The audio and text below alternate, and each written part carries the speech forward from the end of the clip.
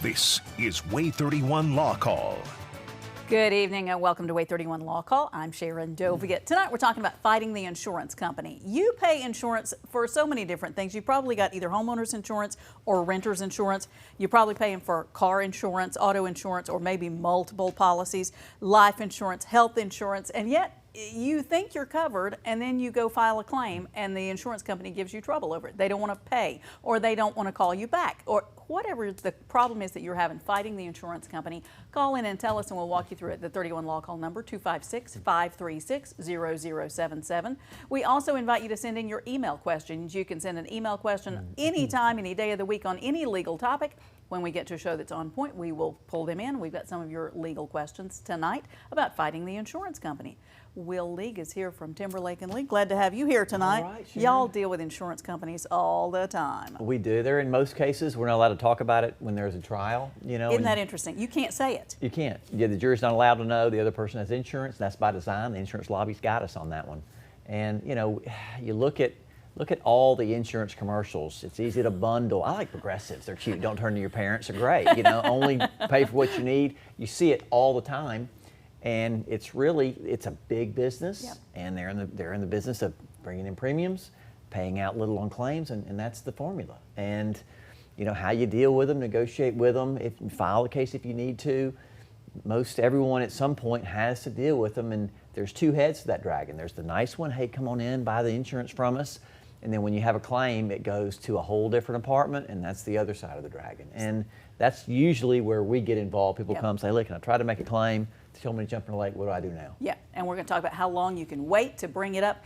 We're also going to talk about, you've got a big case that's going on that kind of gives you flashbacks to the OJ case. Sometimes you have a criminal case and then there's a civil case that follows it, and we're going to talk about It's a sad murder trial here in, yeah. here in the Madison County. Sure so we'll talk about that some as well. You brought in a great partner. Oh my goodness, we have Heath Brooks, a specialist in all things insurance. Heath played guitar today for a few hours at one of the local establishments, and I'm glad he's staying awake for us for tonight. Feel free to break into song anytime that you need to on the show. There's got to be a song about law in there somewhere. There's a few, sure.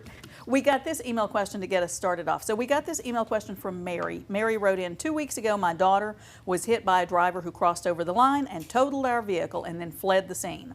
My daughter woke up with neck and back pain. She's being treated. She's only 19. I was contacted by the driver's insurance company and told that if my daughter wants to make a claim, we can do it. No lawyer is needed. What would a fair settlement be? Does she need a lawyer? You know, there's a lot going on there. So the driver fled the scene.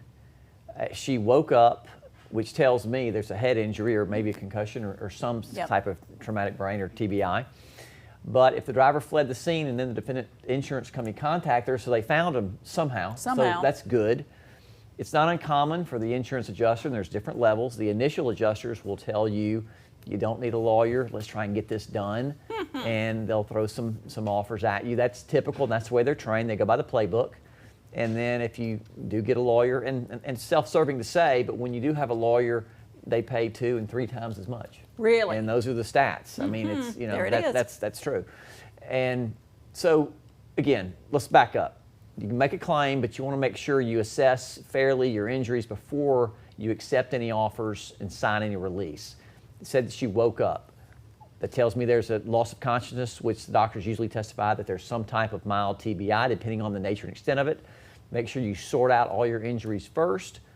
Then, once you finish your medical treatment, then you can make an honest assessment as to where you are and what the type of value the case has. Why does it matter about making sure you've finished all of your medical treatment? You know, Heath, I mean, you had a client come in the other day demanding to settle her case, and she still had medical treatment. And what's the typical scenario of that? Well, you know, I mean, I don't like to place a bet in a game of poker until I get a look at all the cards. And in a situation where you could still have some problems because of a fall or a car wreck or anything like that, you settle your case, you're done. So after you settle your case, if you have some neck pain 2 weeks or a day or 5 minutes after you settle it, you got no form of recourse. You're done, you've settled and moved on. So in exchange for taking that money, you have waived your right to bring a lawsuit or to bring any further action against the insurance company or their insured. And then another thing about this, the email that was written in, you know, it's important, the short answer, do you need a lawyer? The answer is yes. because there's a lot of things that an insurance company is not going to tell you about those particular types of wrecks that could greatly impact what your recovery would be.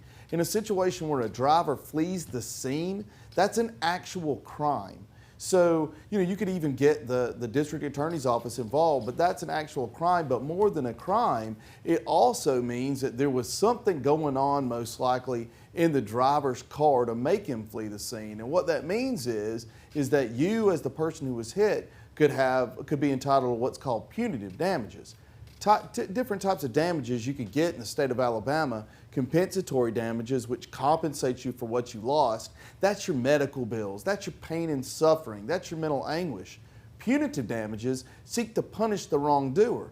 And an insurance company in this kind of scenario is never going to tell you that you, as the person who were hit, could be entitled to punitive damages.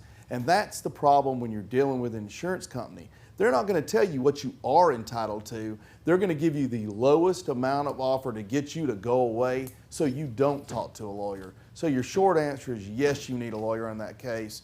Yes, you need to pursue a claim. And yes, you need to most likely ask for punitive damages. We've got callers waiting. We've got Linda on the line with a question from Pulaski, Tennessee. Hi, Linda. Thanks for calling. What's your question tonight? Okay, my name is Lyndon. Oh, I'm sorry, Lyndon. I misunderstood. Hi, Lyndon. Thanks for calling. What's your question tonight? Okay. My question is that I hit a deer, okay, and in my truck, and it turned over, and they paid me for the truck. The truck was a total loss, but what they didn't pay me was the pain and suffering. I had to go to physical therapy. My shoulder was dislocated, and I cut grass, so I couldn't finish the season because I couldn't work the rest of the season. And they wouldn't pay me for that. They did total the truck. I mean, they paid me for the truck, but that was it. Is it too late for him to do something about it? It depends on, well, you can't make a claim against the deer. And so you're talking about your own insurance carrier, depending on what type of coverage you have. And again, they'll pay your property damage. Sounds like that's sorted out.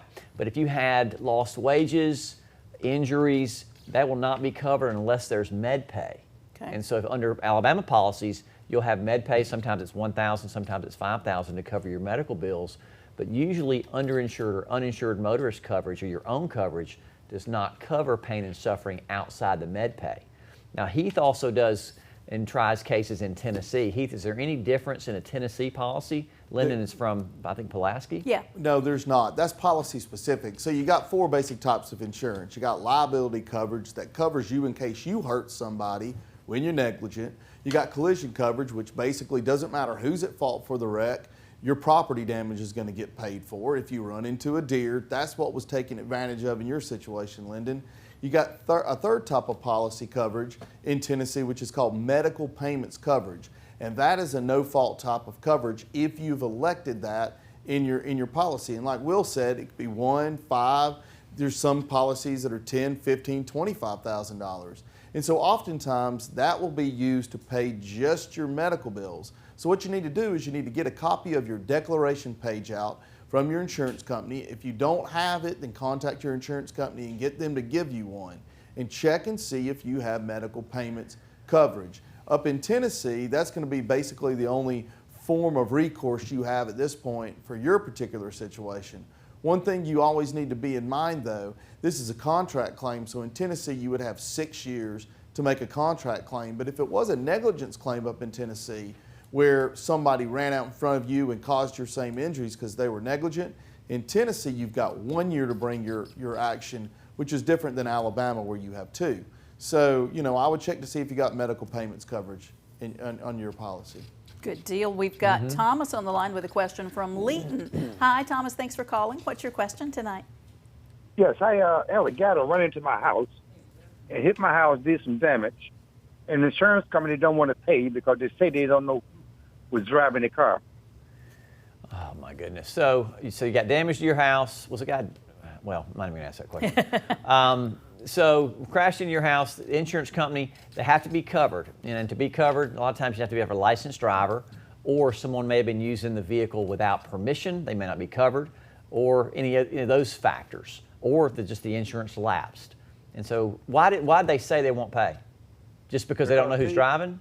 Right, they didn't know who was driving the car. Did the guy flee the scene? Was there a police report, anything like that? Yes, he fled the scene. They catch him? No. Yeah, I mean, that's going to be a tough one because you got to show that that particular driver caused that and that he or she is covered. Now, you can make a claim against the driver, but if the insurance company denies coverage, and that's not unusual, depending on why you can fight it on behalf of that to try and get coverage. But let's say you make a claim against the driver. You can make a judgment against him, have a judgment. The question is it collectible? And if without insurance backing up, a lot of people don't have that type of money depending on how much damage was done to your home. How much are we talking about? Right at $6,000. All right, what you can do, well, and you may not want to do this, but you got to get your house fixed. So you can make a claim with your homeowner's policy. They'll fix the vehicle, then they can subrogate, and then they can go after the other driver, and it takes it off your plate. You may lose your deductible, but if they successfully make a claim against the driver and recover their money back, then you get that deductible back. So you've got options. Or hopefully you have homeowners coverage that will pay initially. Then you can transfer your right to go after the other driver for the damage to your insurance company. You know, Will, I would also contact your own car insurance company, because we talked about 3 types of insurance that you could be entitled to, but the 4th type is uninsured motorist coverage. And if whoever hits you does not have insurance to pay for your house, you may get into a weird gray area where your homeowner's insurance denies the claim because it's involving a motor vehicle, which is generally an exclusion in homeowners insurance policies. But you may be able to take advantage of any car insurance policy you have, because the person who hit your house may be considered an uninsured motorist driver. So I would get in touch with your homeowner's insurance policy, but I would also get in touch with your own car insurance policy and see if you have uninsured motorist coverage. That could come into play to take care of the property damage on your house, because one of the things that is little known is that uninsured motorist coverage will pay property damage to buildings and other things besides just cars. So call your car insurance company and talk to them. You know, that's a good point. And we were talking before the show, little fun fact or interesting fact, Heath is an expert in venereal diseases as it relates to motor vehicle coverage. Heath, tell us about the most recent case you were evaluating the other day.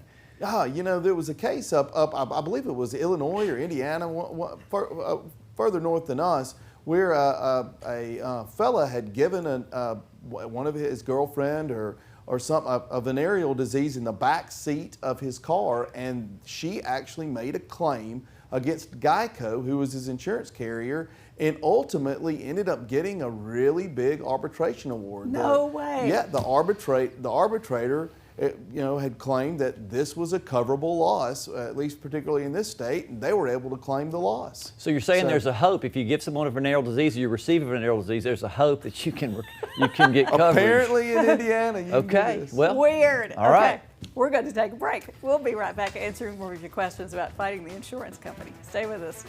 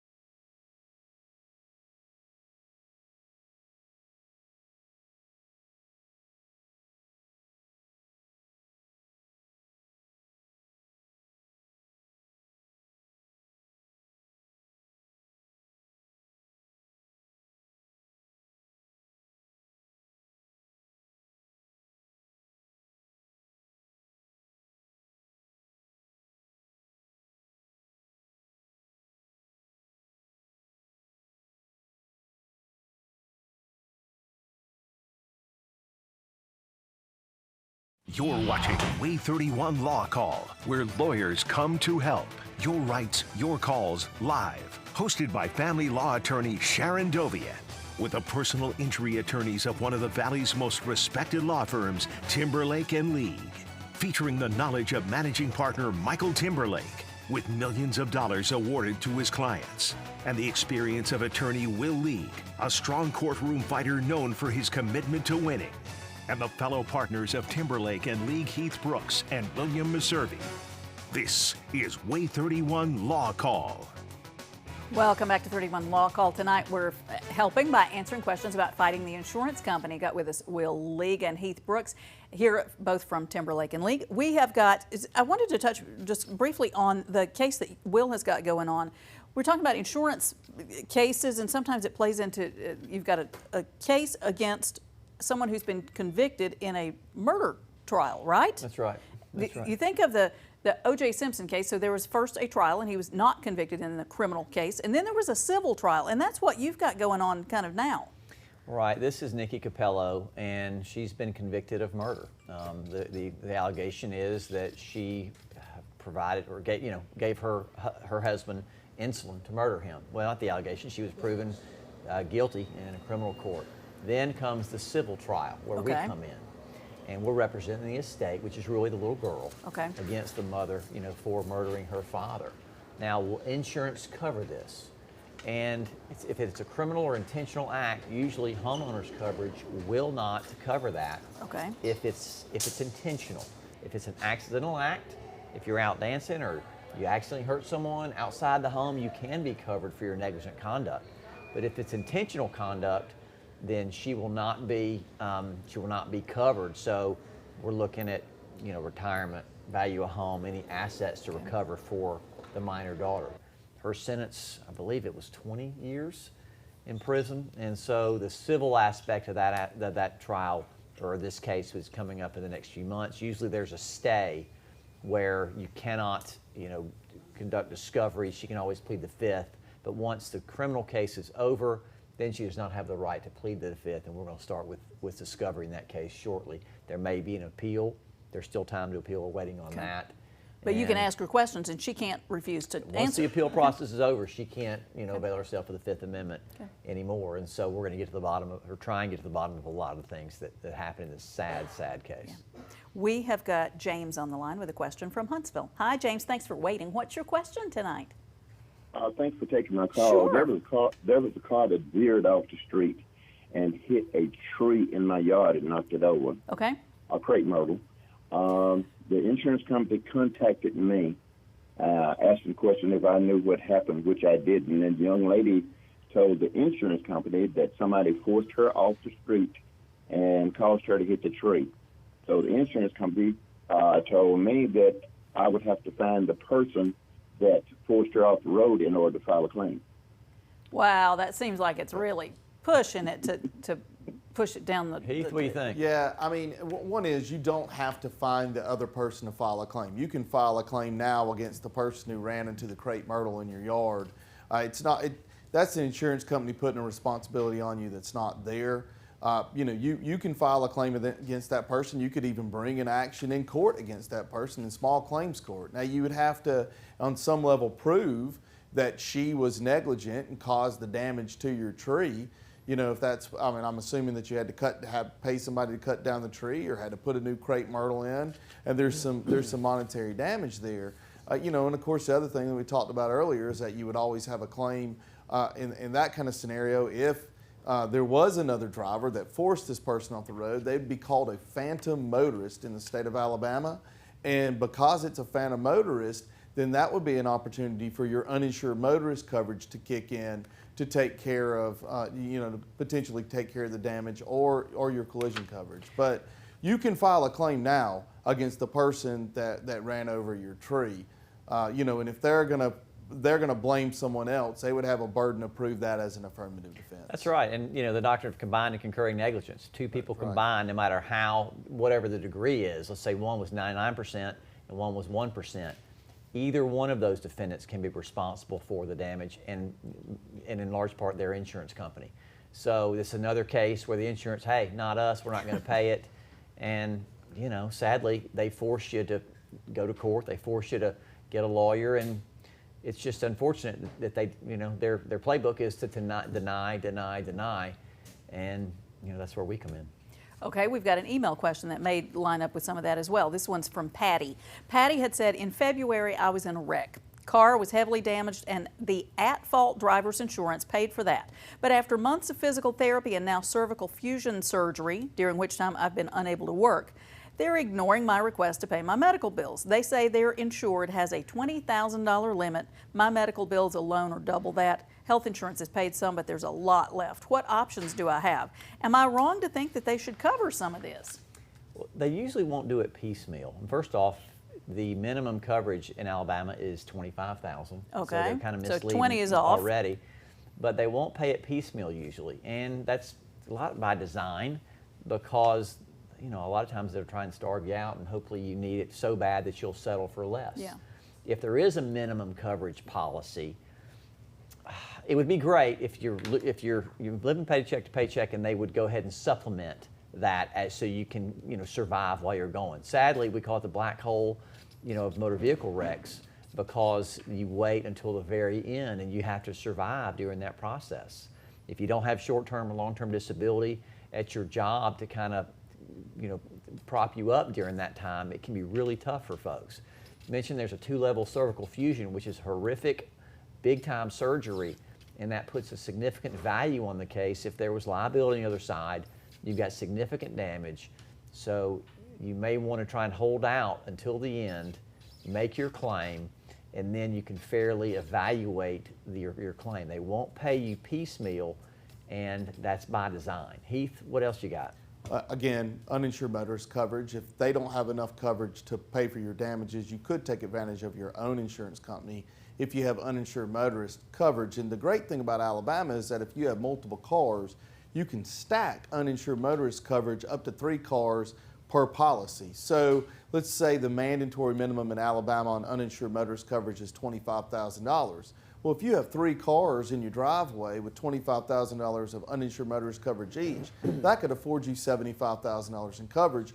That could help lessen the blow of some of those out-of-control medical bills. But if you don't have uninsured motorist coverage, and if there is just $25,000 limit, a lot of times in the situation where there's just not enough insurance to go around, you can approach the hospital and talk to them about your situation and see if you can work out either a payment plan or a reduction with the hospital, which we, you know, have been able to do in a situation where there's very limited insurance coverage and there's just not enough to go around. So there are some options. You can negotiate with everybody in every step of the way, and those are the steps you should take. And the uninsured motorist coverage is cheap, it's easy. If you don't have it, it's really, really difficult to make any type of recovery. We don't see as much as we used to, but a lot of people are coming in and they've signed that waiver. Oh, you yeah. have the coverage unless you affirmatively reject it, and that's by law. And you know, you hear the commercials, only pay for what you need. You know, they're trying to shave that off, and they don't want to insure against an unknown. You know, Heath and I have had a lot of clients that are hit by, I'm gonna go ahead and say it, by drunk illegal aliens. And our client doesn't have insurance. The drunk, undocumented illegal alien flees back to the country they're from, and you're left hurting. You got medical bills, we've had death cases. It's important to have that coverage. Don't see a cute commercial and let them talk you into rejecting that coverage. And a lot of people do it because they only think they're going to pay for what they need. Yep. And they, you know, they don't know what they need yet. Yeah, here's the thing. I read a statistic not long ago that close to 20% of the drivers on Alabama highways do not have car insurance. That means they're driving illegally on the road without car insurance. And you know, we deal every day with cases that should be 6- and 7-figure type of cases, but there's $25,000 in coverage. Gotcha. And you know, you've got $200,000 or $300,000 in medical bills, and $25,000 in coverage or none. Okay. So there's a problem. Let's take a break. Be right back answering your questions.